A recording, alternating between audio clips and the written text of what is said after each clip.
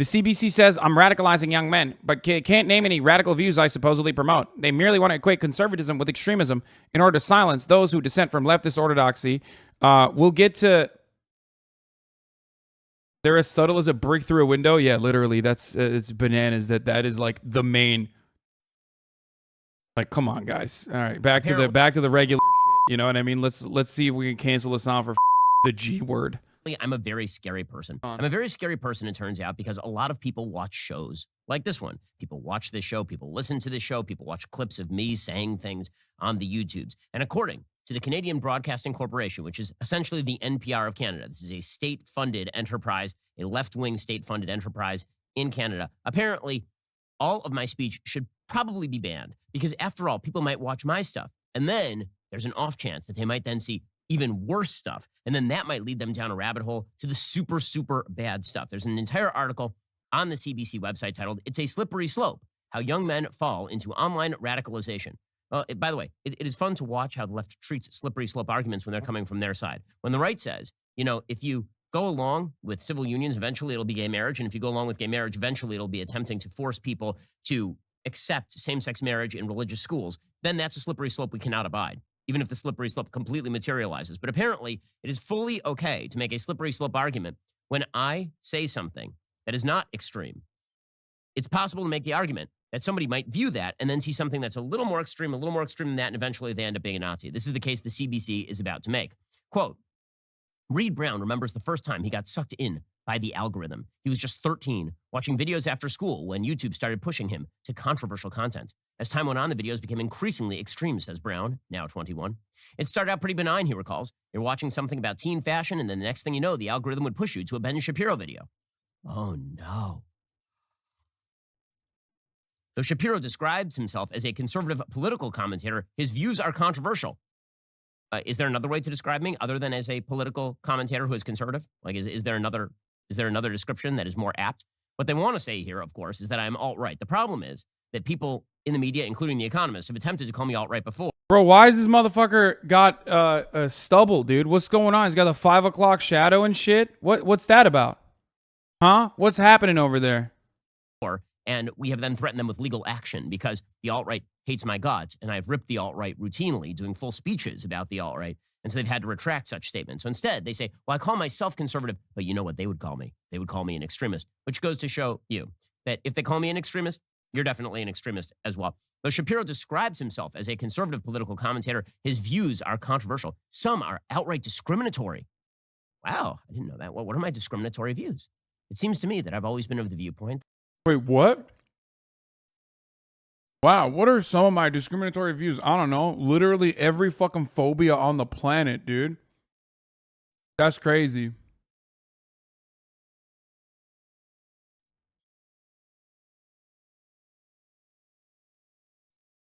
Like, it is pretty fucking wild. It is pretty fucking wild that he just could still say, like, man, I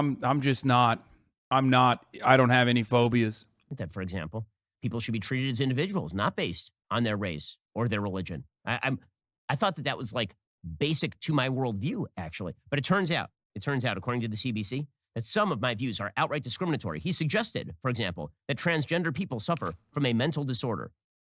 Oh, you mean me and the American Psychiatric Association? Like in the Diagnostic Statistical Manual 5, it literally labels gender dysphoria a mental disorder. Bro.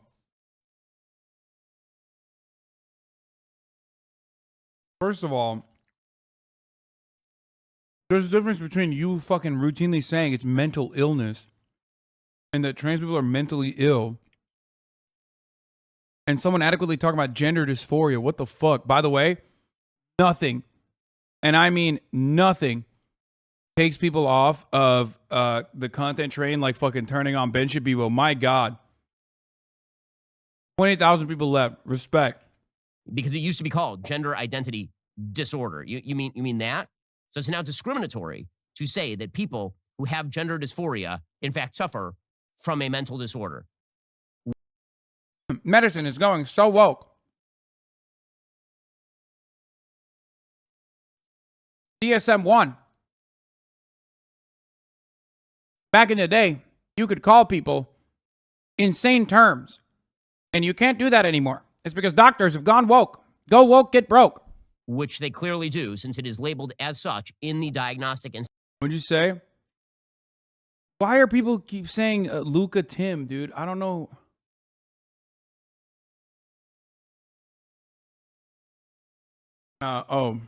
Your Rage asked what agent you use. I suck, but I use Raze. I'm really bad.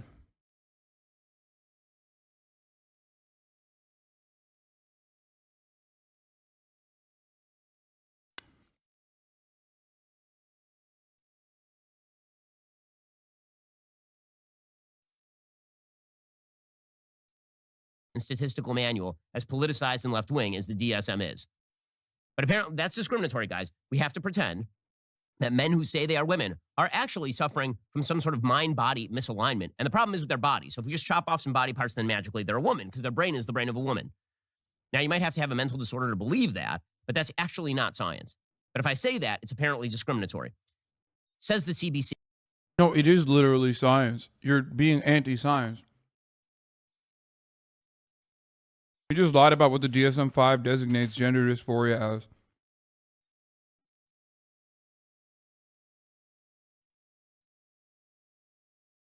It's unironically the anti-science position. To be anti-trans is to be anti-science. Kind of weird, dude. See, Shapiro has a combined 9.4 million subscribers and followers on YouTube and Twitter, many of whom are young people. No, not the youths, not the youths, like Brown was when he got pushed in Shapiro's direction. Well, Shapiro is not affiliated with any hate group. Experts, the ever-present experts in media, gender studies, and radicalization of young men say the commentator's content is prevalent in online extremist communities. So they're saying openly, there's no evidence that I'm affiliated with a hate group because I'm not affiliated with a hate group, and they have no evidence of it because it doesn't exist. But they do have experts. They have them, and who are these experts? Who are these massively influential, important, and very expert experts? Who are they? They are experts in media. Wow. How do you even get that hat? That's crazy that, like, you know, people who are doing media analysis, which Ben Shapiro is a part of, are experts in media. I mean, to be fair, like, fuck that. That's a bullshit designation. I mean, okay. A lot of these people are fucking, you know, they're losers. They're ridiculous. But ultimately, like, you know, so was Ben Shapiro. How do you earn the expert in media hat? Do you go to like a journalisming program at a top university taught by other professors who have failed out of the media because they weren't able to hold a job, and now they are academics and all they do all day long is talk about the media? But they don't actually have an audience like we do here on this show. They just sit at an Ivy League boardroom and discuss their expertise in front of students. Is that what they do? They're experts, by the way. Literally went to Harvard, by the way.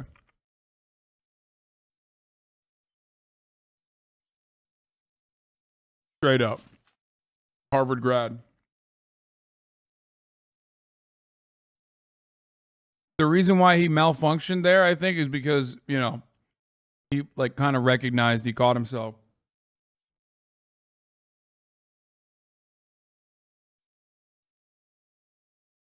Use, drop, and click a song. You got to move on, bro. I don't give a fuck. This is what I like doing. This is what this is what I love.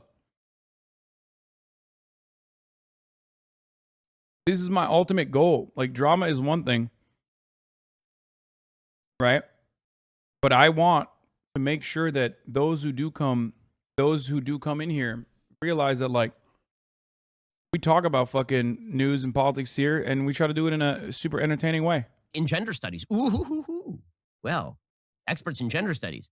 That must mean that they believe a bunch of crap that isn't true, but then they get to churn out little versions of themselves who then become the professors. Because you can't actually get a real job. If you major in gender studies, you ain't getting a real job doing anything. That is not a major that qualifies you for anything except being a professor in gender studies. It is a fully self-perpetuating cycle of uselessness. Also, experts in the radicalization of young men. So I assume these are people who study, like, you know, Islamic terror, for example. But no, actually, it just turns out that radicalization of young men just means that people, they don't like what I say. The exposure to controversial and increasingly harmful views. Harmful. This is the key word for the left. Harmful.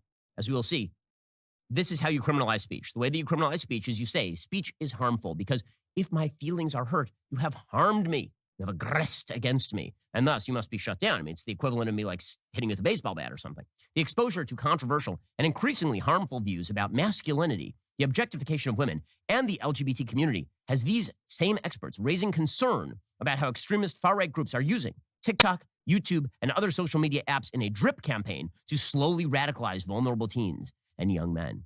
Ooh. Okay, so I just have a couple of questions about that particular paragraph. They say, the exposure to controversial views about what are my controversial views about masculinity? What are they? That men exist? I mean, to be fair, can't help but laugh anytime Ben talks about masculinity, bro. Come on. Even him talking about this right now with that fucking beard. Jesus Christ, dude. Once again, you obviously don't have to be abiding by rigid gender norms, but like, if you look like a femboy, even with the fucking stubble that you barely were able to grow, and you sound that way, don't fucking turn around and be like, gender norms are actually binary, and that's that. You know? Come on, brother. Even fucking Theodore Jebediah Edward Raphael Cruz is able to, you know, grow a little bit.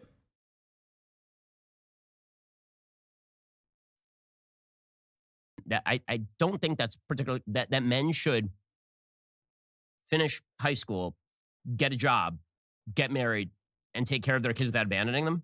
Is that the controversial view about masculinity? Is the controversial view about masculinity that men should be responsible husbands and fathers? What's controversial? If that's controversial, it's just because society is insane, not because what I'm saying is controversial. The objectification of women. That's a new one. I hadn't heard that one before. In case you didn't notice, I wear a funny hat. The hat is called a kippah. That kippah suggests that I'm an Orthodox Jew. I'm trying to make this linkage for the CBC, a state-funded enterprise in Canada. And you know what the Orthodox Jews are not so big on is the objectification of women. We're not super big on that. I've been an outspoken anti-porn advocate since I was like 16 years old. I was an advocate and still am for virginity of both sexes until marriage. So I'm gonna need some evidence on the objectification of women front. By objectification of women, do you mean that I think that there are actual standards of beauty and that there are many people in popular culture who we have been told? Yes. No, like literally, yeah. You will never, ever cut a video being like, this man is ugly. He needs to be hotter. I want to see how thick his cock is.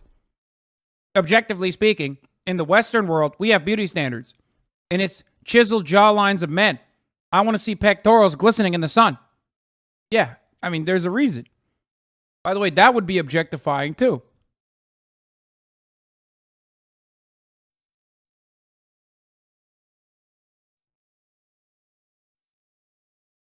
Are supposed to be seen as beautiful who are not objectively beautiful. Obviously, that's true. Obviously, that's true. If you polled men on whether Lizzo is beautiful, and I say Lizzo is not, by any classical definition, a beautiful person, that does not mean that that is objectification of women. That just means that there is a standard called beauty, and it has meaning and content. Okay, that's not a particular controversial view, unless, again, you're an insane person. But they say that I have increasingly harmful views about LGBT community. Now, I assume that what they mean by this is that I say, you know, as most societies have said for literally all human history, that the foundation of a successful society is man, woman, child. That heterosexual sex within marriage is the morally preferable form of sex in society. That all... What? Okay, well, that's just straight up hateful. Yeah. Bro, this is always so funny because motherfuckers would just like be like, I can't believe this article called me out. Here's why everything they're saying is true. Like, bro, you didn't have to say it out loud immediately for everyone with like 3.5 fucking brain cells to recognize that that's what's going on. It's like that time when I got fucking called out by ABBA and Preach, right? Or whatever, when they were like, bro, I can't believe you said we were transphobic. And then they cut a video directly saying transphobic shit. Like, that was crazy. Like, okay, well, I mean, you're what? That was so wild. And I could not comprehend it. And people were just like, wow, that's so lame. Hasan sucks so bad.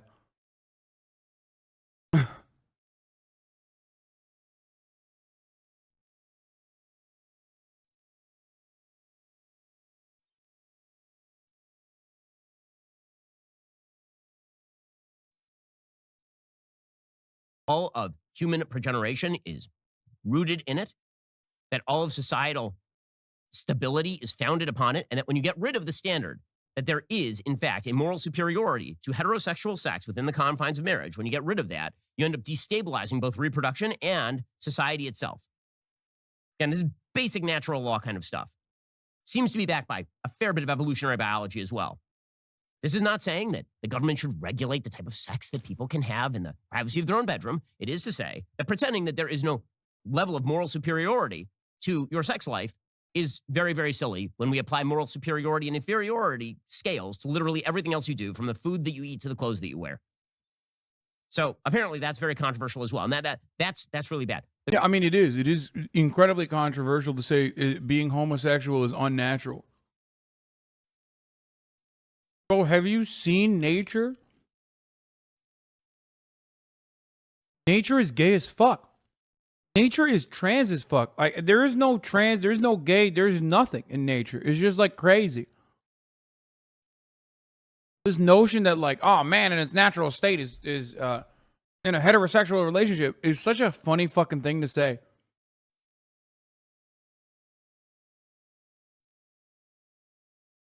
Tucker did an update on the woman with the huge knockers from yesterday. No fucking way, dude.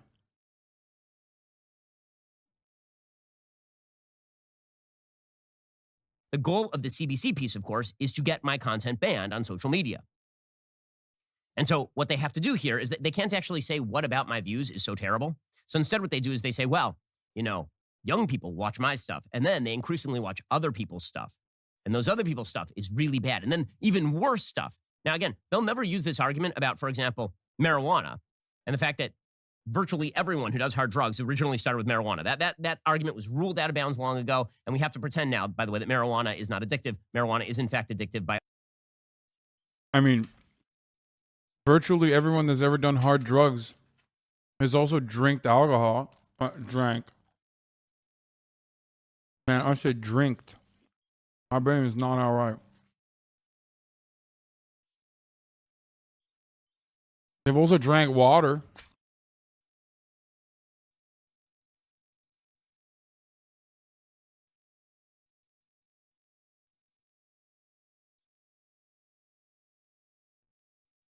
That's crazy.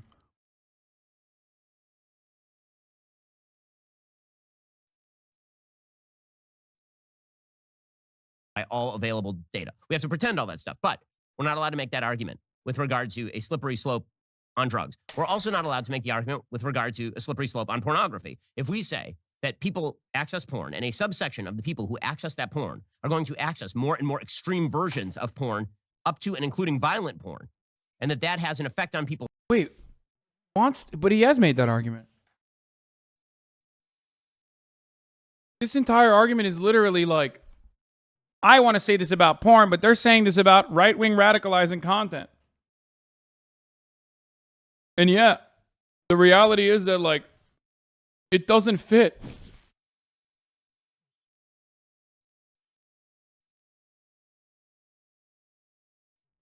Souls, and it makes them less sensitive toward women. You're not supposed to say that either. That's really bad. So again, slippery slope arguments only apply to the things that they want them to apply to, namely politics.